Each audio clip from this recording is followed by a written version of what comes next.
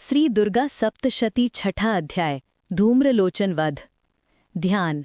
मैं सर्वज्ञेश्वर भैरव के अंक में निवास करने वाली परमोत्कृष्ट पद्मावती देवी का चिंतन करता हूँ। वे नागराज के आसन पर बैठी हैं। नागों के फणों में सुशोभित होने वाली मणियों की विशाल माला से उनकी देहलता उद्भासित हो रही है। सूर्य के समान उनका तेज है। 3 नेत्र उनकी शोभा बढ़ा रहे हैं। वे हाथों में माला, कुंभ, कपाल और कमल लिए हुए हैं तथा उनके मस्तक में अर्धचंद्र का मुकुट सुशोभित है। ऋषि कहते हैं, देवी का यह कथन सुनकर दूत को बड़ा अमर्ष हुआ और उसने दैत्यराज के पास जाकर सब समाचार विस्तारपूर्वक कह सुनाया। दूत के उस वचन को सुनकर दैत्यराज कुपित हो उठा और दैत्य सेनापति धूम्रलोचन से बोला, धूम्रलोचन, तुम शीघ्र अपने सेना साथ लेकर जाओ और उस दुष्टा के केश पकड़कर घसीटते हुए उसे बलपूर्वक यहाँ ले आओ। उसकी रक्षा करने के लिए यदि कोई दूसरा खड़ा हो तो वह देवता, यक्ष या गंधर्व ही क्यों ना हो, उसे अवश्य मार डालना। ऋषि कहते हैं, शुंभ के इस प्रकार आज्ञा देने पर वह धूम्रलोचन दैत्य 60,000 असुरों की सेना को साथ लेकर वहां से तुरंत चल दिया। वहां पहुंचकर उसने हिमालय पर रहने वाली देवी को देखा और ललकार कर कहा, अरे तू शुंभर निशुंभ के पास चल।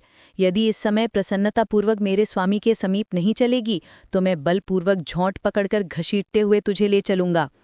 देवी बोली, तुम्हें दैत्यों के राजा ने भेजा है। तुम स्वयं भी बलवान हो और तुम्हारे साथ विशाल सेना भी है। ऐसी दशा में यदि मुझे बलपूर्वक ले चलोगे तो मैं तुम्हारा क्या कर सकती हूँ।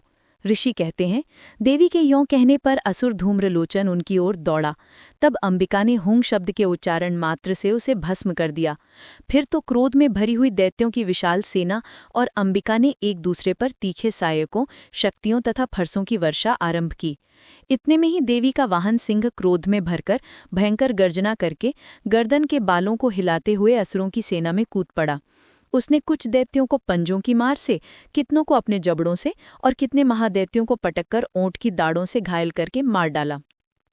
उस सिंह ने अपने नखों से कितनों के पेट फाड़ डाले और थप्पड़ मारकर कितनों के सिर धड़ से अलग कर दिए।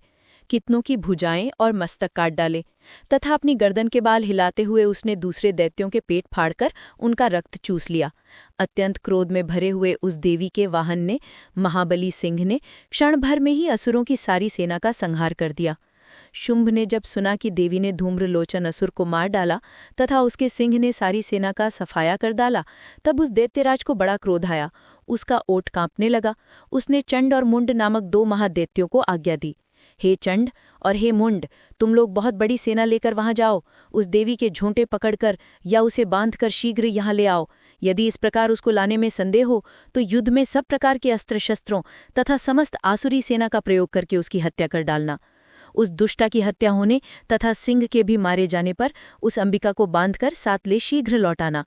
इस प्रकार श्री मार्कंडेय पुराण में सावर्णिक मनवंतर की कथा के अंतर्गत देवी महात्म्य में धूम्रलोचन वध नामक छठा अध्याय पूरा हुआ।